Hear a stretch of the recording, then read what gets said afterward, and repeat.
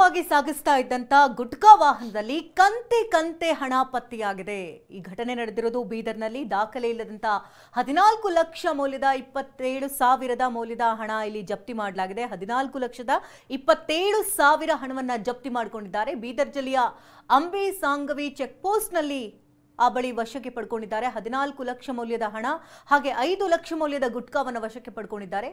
Ambe ಸಾಂಗವಿ to ಮಹಾರಾಷ್ಟ್ರಕ್ಕೆ ತೆರಳುತ್ತಾ ಇದ್ದಂತ canter ಇದು। 31,53,000 ಮೌಲ್ಯದ ವಸ್ತುಗಳನ್ನು ಪೊಲೀಸರು ಇದೀಗ ವಶಕ್ಕೆ ಪಡ್ಕೊಂಡಿದ್ದಾರೆ। ಇನ್ನು ಓರ್ವ ಆರೋಪಿಯನ್ನು ಕೂಡ ಬಂಧಿಸಿ ಪೊಲೀಸರಿಂದ ವಿಚಾರಣೆ ಕೂಡ ನಡೀತಾ ಇದೆ।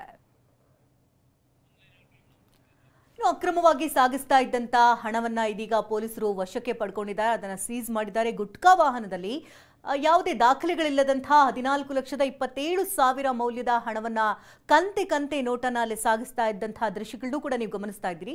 ಈ ಹಣವನ್ನ ಇದೀಗ ಬೀದರ್ ಜಿಲ್ಲೆಯ ಪೊಲೀಸರು ತಮ್ಮ ವಶಕ್ಕೆ ಪಡ್ಕೊಂಡಿದ್ದಾರೆ। ಅಂಬೆ ಸಾಂಗವಿ ಚೆಕ್ ಪೋಸ್ಟ್ ಬಳಿ ವಶಕ್ಕೆ ಪಡೆಯಲಾಗಿದೆ।